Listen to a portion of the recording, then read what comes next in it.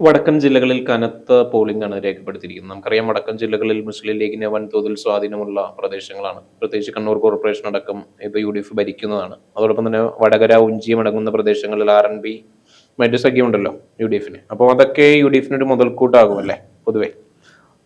ഈ തദ്ദേശ തെരഞ്ഞെടുപ്പിൽ 2 ഘട്ടമായിട്ടാണല്ലോ പോളിംഗ് നടന്നത്.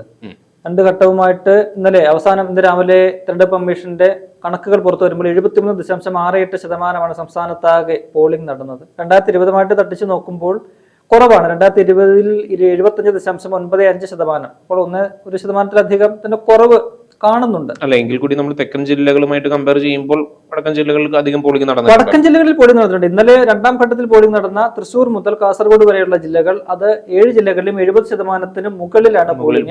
മാത്രവുമല്ല, പാലക്കാട് മുതൽ ഈ പറയുന്ന കണ്ണൂർ വരെയുള്ള 5 ജില്ലകൾ എടുത്തു കഴിഞ്ഞാൽ അവിടെ 75% മുകളിലാണ്. മനസ്സിലായി? 2 ജില്ലകളിൽ മാത്രമാണ് 75% താഴെയുള്ളത്. പക്ഷെ അവിടെ 70 മുകളിലുമുണ്ട്. പാലക്കാട്, മലപ്പുറം, കോഴിക്കോട്, വയനാട്, കണ്ണൂർ ഈ 5 ജില്ലകളിലും 75% മുകളിലാണ്. ഏറ്റവും കൂടുതൽ സംസ്ഥാന തലത്തിലും ഇന്നലത്തെ 2ാം ഘട്ടം നോക്കുകയാണെങ്കിലും ഏറ്റവും കൂടുതൽ പോളിംഗ് നടന്നിരിക്കുന്നത് വയനാട്ടിലാണ്. അത് 78.29%.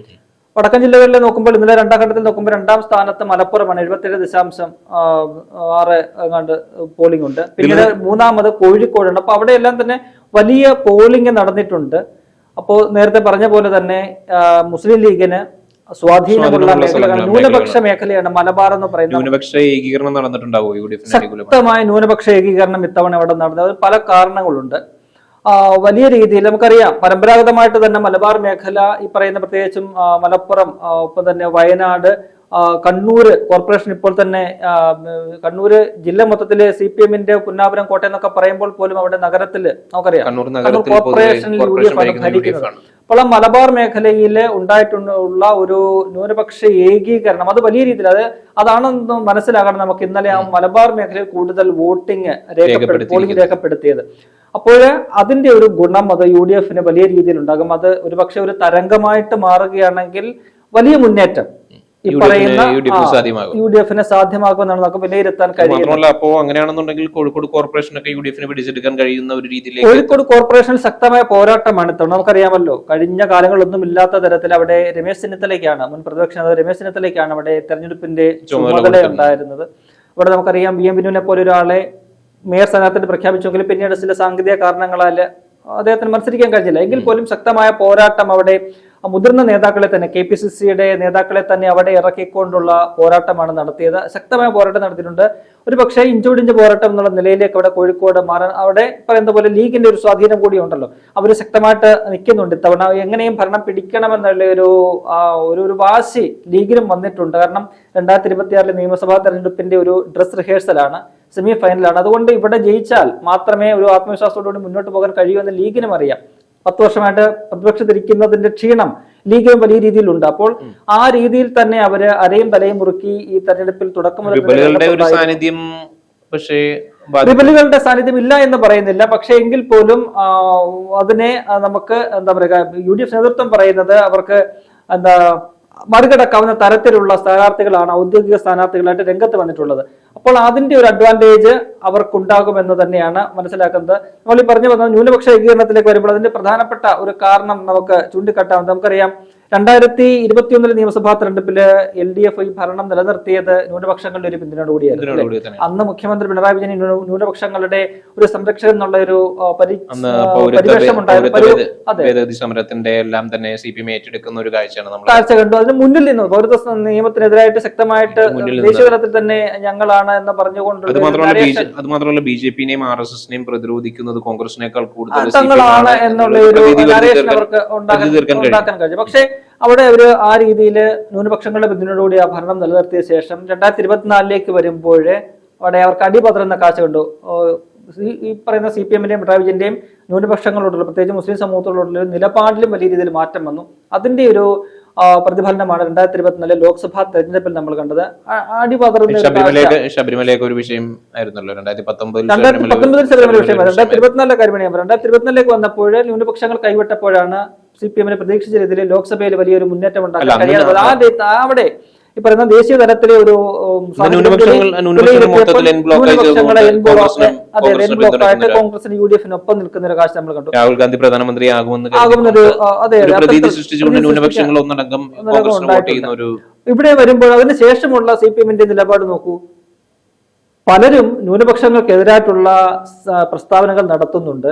മാത്രവുമല്ല, അത്തരത്തിൽ സമൂഹത്തെ വിഭജിക്കുന്ന തരത്തിൽ വർഗീയ പരാമർശങ്ങൾ നടത്തുന്ന വെള്ളാപ്പള്ളി നടേശനെ പോലെ ഒരു വ്യക്തി, SNDP-യുടെ തലപ്പത്തിരിക്കുന്ന ഒരു വ്യക്തി, നമുക്കറിയാമല്ലോ, അദ്ദേഹം മലപ്പുറം ജില്ലയെ എടുത്തു പറഞ്ഞുകൊണ്ട് മുസ്ലിം സമുദായത്തെ അവഹേളിച്ചുകൊണ്ട് അപമാനിച്ചുകൊണ്ട് നടത്തിയ പ്രസ്താവനകളൊക്കെ തന്നെ നമ്മുടെ മുന്നിലുണ്ട്. അതിനെ മുസ്ലിം ലീഗിനെതിരായിട്ടുള്ള വിമർശനമാണെന്നൊക്കെ പറഞ്ഞ് ന്യായീകരിക്കാൻ ശ്രമിച്ചെങ്കിൽ പോലും അദ്ദേഹം പറഞ്ഞ എന്താണെന്ന് നമ്മുടെ മുന്നിലുണ്ട്, പൊതുസമൂഹത്തിന് മുന്നിലുണ്ട്. ആ വെള്ളാപ്പള്ളി നടേശനെ ചേർത്തു പിടിക്കുന്ന സമീപനമാണ് CPM സ്വീകരിച്ചത്, പിണറായി വിജയൻ സ്വീകരിച്ചത്. അദ്ദേഹം ഈ ആഗോള അയ്യപ്പ സംഗമത്തിന് പമ്പയിൽ നിന്നും പോയത് ഈ പറയുന്ന വെള്ളാപ്പള്ളി നടേശനെ 1-ാം നമ്പർ സ്റ്റേറ്റ് കാറിൽ കയറ്റി തന്റെ സമീപത്ത് ഇടതുവശത്ത് ഇരുത്തിക്കൊണ്ടാണ് മുഖ്യമന്ത്രി പിണറായി വിജയൻ അന്ന് പോയത്. അതൊക്കെ കൊടുക്കുന്ന ഒരു സന്ദേശം അത് വലിയ രീതിയിൽ ഇവർക്ക് തിരിച്ചടിയായിട്ടുണ്ട് എന്നാണ്. ന്യൂനപക്ഷങ്ങൾ കൈവിടുമ്പോൾ അദ്ദേഹം ശ്രമിച്ചുകൊണ്ടിരിക്കുന്നത്, CPM ശ്രമിച്ചുകൊണ്ടിരിക്കുന്നത് ഭൂരിപക്ഷങ്ങളുടെ അതാണ്. ഈ 2024 ലോക്സഭാ തെരഞ്ഞെടുപ്പിന്റെ ഒരു പശ്ചാത്തലത്തിലാണ് അദ്ദേഹം ഈ ന്യൂനപക്ഷങ്ങൾക്കെതിരായിട്ട് വന്നിട്ട് ഭൂരിപക്ഷങ്ങളുടെ, കാരണം ഇവരുടെ ഒരു അടിസ്ഥാന വോട്ട് ബാങ്ക് എന്ന് പറയുന്നത് ഈഴവ സമുദായമാണല്ലോ, അവര് കഴിഞ്ഞ കുറെ കാലമായിട്ട് CPM-ൽ നിന്നും പോയിട്ടുണ്ട്. പ്രകടമായത് അതാണ്.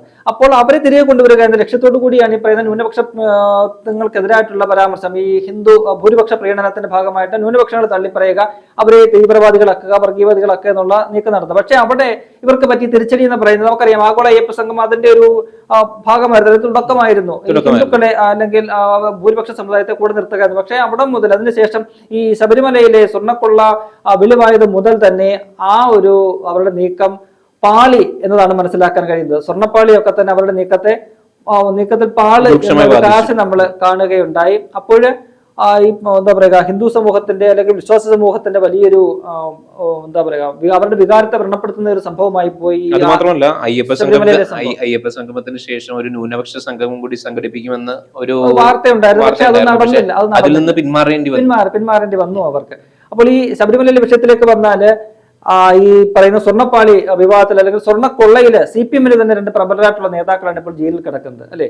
ഒന്ന് മുൻ MLA ആണ് പത്മകുമാർ. അദ്ദേഹം ഇപ്പോഴും CPM-ന്റെ പത്തനംതിട്ടയിലെ ജില്ലാ കമ്മിറ്റി അംഗമായിട്ട് തുടരുകയാണ്. മറ്റൊരാള് CPM-ന്റെ ഏറെ വേണ്ടപ്പെട്ട ഒരാളാണ് N വാസു. അദ്ദേഹം മുൻപ് ശബരിമലയിലെ കമ്മീഷണറായിരുന്നു, ദേവസ്വം കമ്മീഷണറായിരുന്നു. പിന്നീട് ശബരിമലയിലെ ദേവസ്വം പ്രസിഡന്റായിട്ട് വന്നു.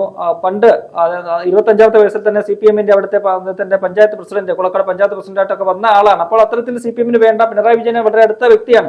പക്ഷെ ഈ രണ്ടുപേരും ഈ സ്വർണ്ണക്കൊള്ളയിലെ പ്രതികളാക്കപ്പെട്ട് അറസ്റ്റ് ചെയ്ത് ജയിലിലടച്ച് ഇപ്പോഴും ജയിലിൽ കഴിയുന്ന ഈ രണ്ടുപേരെയും തള്ളിപ്പറയാനായിട്ട് CPM നേതൃത്വം ഇതുവരെയും തയ്യാറായിട്ടില്ല. CPM പറയുന്നത് അവരിപ്പോൾ കുറ്റാരോപിതരാണ് എന്നാണ്. മറ്റ് കേസുകൾ എന്നാൽ അവർ ആ നിലപാടല്ല സ്വീകരിക്കുന്നത്.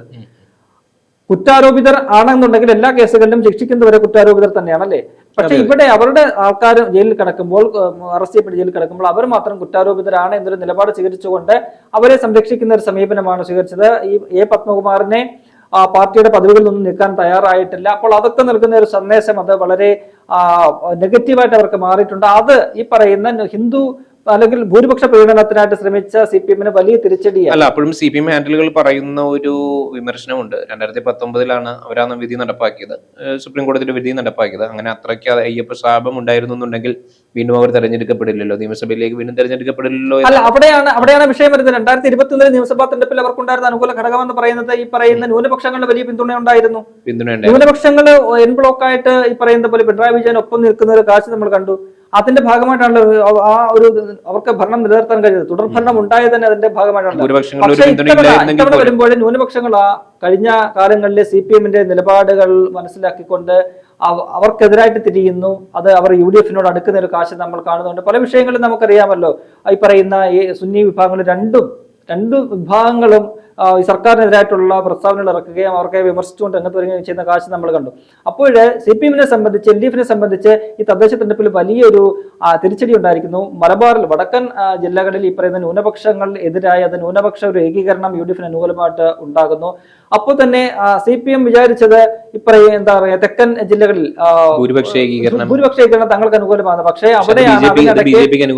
അവിടെയാണ് ആ പ്രശ്നം ഉണ്ടായത്, ശബരിമല വിഷയം ഉണ്ടായത്. അതോടെ അവരുടെ ആ ഒരു പ്രതീക്ഷ തകർന്നു പോകുന്ന ഒരു കാഴ്ചയുണ്ട്. അപ്പോൾ അങ്ങനെ രണ്ട് തിരിച്ചടികൾ, തെക്കും വടക്കുമായിട്ട് രണ്ട് അത് മാത്രമല്ല തിരിച്ചടികളാണ്. തെക്കൻ ജില്ലകളിലെ ഏകീകരണം എനിക്ക് തോന്നുന്നു ബി ജെ പിക്ക് അനുകൂലമാകാൻ ഒരു പരിധിവരെ ബി ജെ പിക്ക് അനുകൂലമായിട്ട് അത് മാറാനുള്ള പക്ഷേ ഈ ശബരിമല സ്വർണ്ണക്കൊള്ള ബി ജെ പിക്ക് അത് അനുകൂലമായിട്ട് മാറുമോ എന്നുള്ള കാര്യത്തിൽ സംശയമുണ്ട്. കാരണം അവർ ഈ വിഷയം ഉന്നയിച്ചിട്ടില്ല, മനസ്സിലായില്ലേ? കാരണം 2019 ഈ യുവതി പ്രവേശനവുമായി ബന്ധപ്പെട്ട വിഷയത്തിൽ ഇവര് വലിയ രീതിയിൽ സമരമായിട്ട് രംഗത്ത് വന്നു. 2019 ലോക്സഭാ തെരഞ്ഞെടുപ്പിൽ അവർക്ക് അതിന്റെ ബെനിഫിറ്റ് ഉണ്ടായില്ല. ബെനിഫിഷ്യറി ആയിട്ട് മാറിയത് UDF ആണ്. അപ്പോൾ അതിന്റെ ഒരു പേടിയാണ് ബി ജെ പി. അതുകൊണ്ട് തന്നെ അവർ ഇത്തവണ ഈ ശബരിമല സ്വർണ്ണക്കൊള്ളയിലെ വലിയ രീതിയിൽ ഉന്നയിച്ചതില്ല. മാത്രമല്ല അവർ പ്രചരണ രംഗത്ത് ഒരിടത്തും ഉന്നയിച്ചില്ല. അത് ആ വിഷയത്തിൽ ഏതെങ്കിലും തരത്തിലുള്ള പ്രതിഷേധവുമായിട്ട് രംഗത്തിറങ്ങില്ല, ഒന്നും ചെയ്തില്ല. അവര് അതിനെ സപ്രസ് ചെയ്തുകൊണ്ട് മുന്നോട്ട് പോകുന്ന ഒരു കാഴ്ചയാണ് കാണാൻ കഴിഞ്ഞത്. അപ്പോൾ അത് വലിയ രീതിയിൽ അവർക്ക് ഗുണകരമാകുമോ എന്നുള്ളത് നമുക്ക് കണ്ടറിയേണ്ടതുണ്ട്.